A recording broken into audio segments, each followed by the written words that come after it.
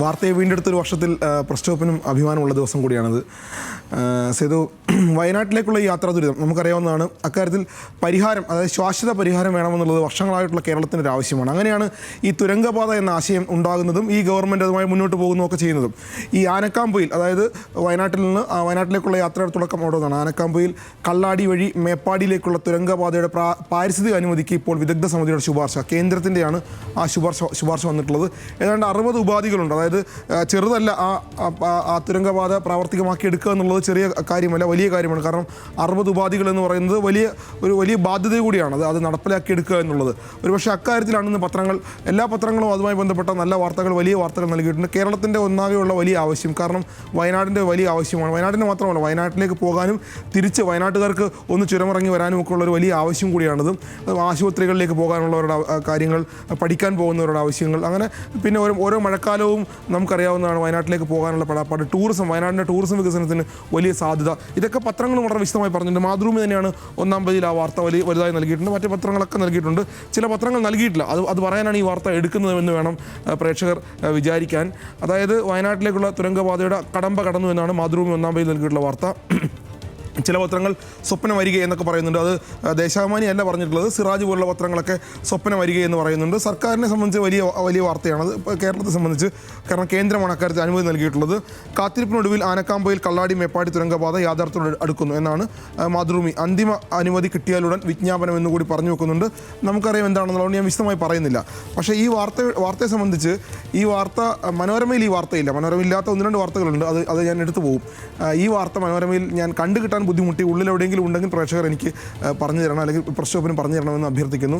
മനോരമ എന്തുകൊണ്ട് ഈ വാർത്ത നൽകിയില്ല എന്ന് എനിക്കറിയില്ല. പക്ഷേ മറ്റ് പത്രങ്ങൾ എല്ലാവരും നൽകിയിട്ടുണ്ട്. മാധ്യമവും സിറാജും അല്ലെങ്കിൽ പരിസ്ഥിതിയുമായി ബന്ധപ്പെട്ട് വലിയ വാർത്തകൾ നൽകുന്ന ആളുകളാണ് മാധ്യമവും സിറാജും അടക്കമുള്ള മറ്റ് പത്രങ്ങളൊക്കെ, പ്രതിപക്ഷം നിൽക്കുന്ന മറ്റ് പത്രങ്ങളൊക്കെ. അവരൊക്കെ ഈ വാർത്ത വലിയ കാര്യത്തോടുകൂടി പ്രാധാന്യത്തോടെ നൽകിയിട്ടുണ്ട്. മനോരമ ഒന്നാം പേജിൽ എവിടെയും കണ്ടില്ല, ഉൾപേജിൽ ഞാൻ എവിടെയും കണ്ടില്ല.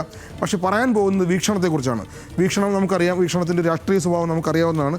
വീക്ഷണത്തിൻ്റെ ഹെഡിങ് ഇങ്ങനെയാണ്: ദുരന്തത്തിലേക്ക് തുരക്കുന്നു എന്നാണ്.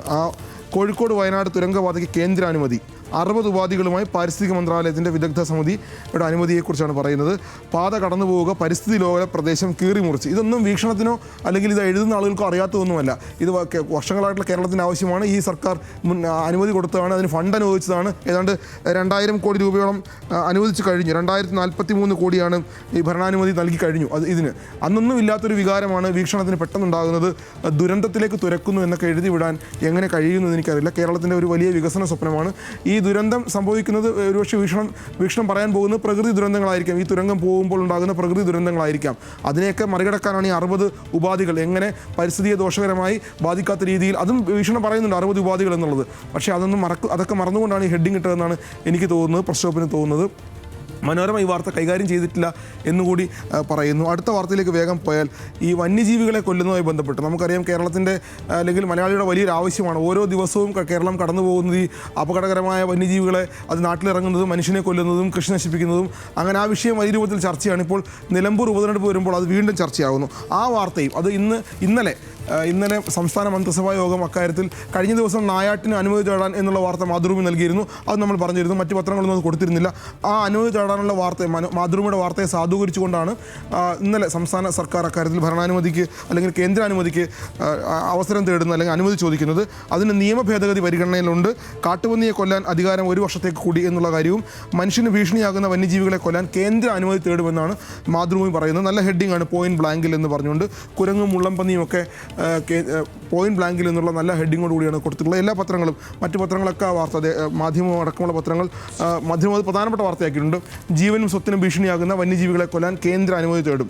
അങ്ങനെ ആ വാർത്ത മറ്റു പത്രങ്ങളെല്ലാവരും വലിയ രൂപത്തിൽ. അത് പക്ഷേ കേരളകൗമുദി കുറച്ചും കൂടി വലിയ രൂപത്തിലാണ് ആ വാർത്ത നൽകിയിട്ടുള്ളത്.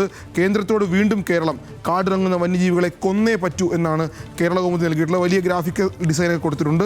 അങ്ങനെ, കാരണം അത് കേരളത്തിന് ഒരു ആവശ്യമായതുകൊണ്ടാണ് പത്രങ്ങളും ആ രൂപത്തിൽ കാണുന്നത്. ഈ വാർത്തയും മനോരമയിൽ കാണാനില്ല, ഒന്നാം പേജിൽ നിന്നും കാണാനില്ല, അവസാനത്തെ പേജിലുമില്ല. ഉൾപേജിൽ എവിടെയെങ്കിലും ചെറുതായി നൽകിയിട്ടുണ്ടോ എന്നറിയില്ല. എന്തുകൊണ്ടാണ് ഈ 2 വാർത്തയും മനോരമ പൂർണ്ണമായി മാറ്റിവെച്ചത് എന്ന് മനസ്സിലാകുന്നില്ല. എന്തായാലും വിട്ടുപോയതായിട്ട് നമുക്ക് കണക്കാക്കാൻ കഴിയുന്നില്ല. എന്തായാലും വീക്ഷണം ഇക്കാര്യത്തിൽ വലിയ ഇത്തരത്തിലുള്ള ദുരന്ത ഹെഡിങ് ഒന്നും ഇട്ടിട്ടില്ല എന്ന് വേണം കണക്കാക്കാൻ. ഇനി മറ്റു വാർത്തകളിലേക്ക് കൂടി പോയി കഴിഞ്ഞാൽ ഈ ആദിവാസി യുവാവ് ഇന്നലെ നമുക്കറിയാം, കഴിഞ്ഞ ദിവസം മിനിഞ്ഞാന്ന് 24-ാം തീയതി നടന്ന സംഭവമാണ്. ഇന്നലെയാണ് ആ വാർത്ത പുറത്തു വരുന്നത്. ആദിവാസി യുവാവിനെ കെട്ടിയിട്ട് മർദ്ദിക്കുന്ന വിഷ്വൽ നമ്മൾ ഇന്നലെ പറഞ്ഞതാണ്, ദൃശ്യങ്ങൾ നമ്മൾ സൂചിപ്പിച്ചതാണ്. അതായത് ആ ദൃശ്യങ്ങൾ കാണുമ്പോൾ നമുക്ക് 2018-ലെ മധുവിനെയാണ് ഓർമ്മ വരുന്നത്.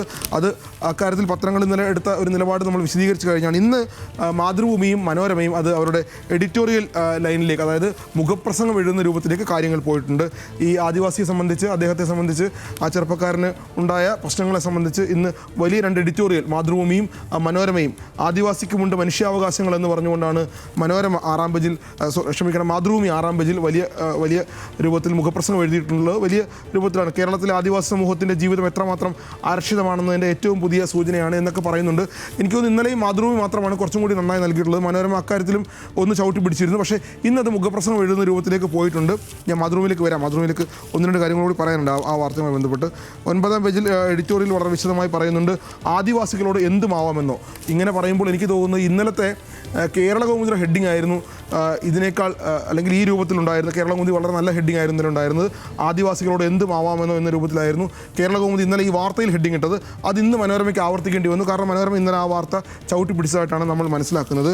നേരെ മറിച്ച് ആ വാർത്തയുടെ വലിയ വിശദാംശങ്ങളുമായി മാതൃഭൂമി 7-ാം പേജിലേക്ക് പോകുമ്പോൾ ആ ചെറുപ്പക്കാരനെ സംബന്ധിച്ച് ആദിവാസി യുവാവ് എന്തൊക്കെയാണ് പറയുന്നത്. കെട്ടിയിട്ടത് തോരാമഴയത്ത് വൈദ്യുതി തൂണിൽ അദ്ദേഹത്തിൻ്റെ ഒരു ചിത്രവും നൽകിയിട്ടുണ്ട്. ഇന്നലെ ആ ചിത്രം നൽകുന്നതിൽ ചെറിയ വിഷമം ഉണ്ടായിരുന്നു നമുക്ക്. കാരണം ആ കെട്ടിയിട്ട ദൃശ്യം ആർക്കും കാണാൻ കഴിയുന്നതായിരുന്നില്ല, അല്ലെങ്കിൽ മനസ്സുള്ള ആർക്കും കാണാൻ കഴിയുന്നതായിരുന്നില്ല. നമുക്കറിയാം, മധുവിൻ്റെ ഓർമ്മയെല്ലാം ഞാൻ ഇന്നലെ വിശദീകരിച്ചതാണ്. ഇന്ന് ആ വാർത്തയുടെ വിശദാംശങ്ങൾ, ആദിവാസി യുവാവിന് മർദ്ദനം, പ്രതികൾ റിമാൻഡിൽ, ആ 2 പ്രതികളുടെയും ചിത്രങ്ങൾ സഹിതമാണ് മാതൃഭൂമി 7-ാം പേജിൽ ആ വാർത്ത വിശദമായി നൽകിയിട്ടുള്ളത്. ആ പ്രതികൾ റിമാൻഡിൽ എന്നുള്ളത് നൽകാൻ ഒരു പക്ഷേ പത്രങ്ങളൊക്കെ ഒന്ന് മടിച്ചിട്ടുണ്ട് എന്ന് തോന്നുന്നു. എല്ലാ പത്രങ്ങളും ആ വാർത്ത വളരെ വിശദമായിട്ട് ഇന്നും ഇല്ല. ഇന്നലെ ദേശാഭിമാനി ആ വാർത്ത നൽകിയിട്ട് തന്നെ ഉണ്ടായിരുന്നില്ല, അതും നമ്മൾ പറഞ്ഞിരുന്നു. മാതൃഭൂമി തന്നെയാണ് ഇക്കാര്യത്തിൽ ആ വാർത്ത നന്നായി ഫോളോ ചെയ്യുന്നത്. ഒരുപക്ഷെ മാധ്യമം കൂടി ആ വാർത്ത ഫോളോ ചെയ്ത് പോകുന്നുണ്ട് എന്ന് തോന്നുന്നു.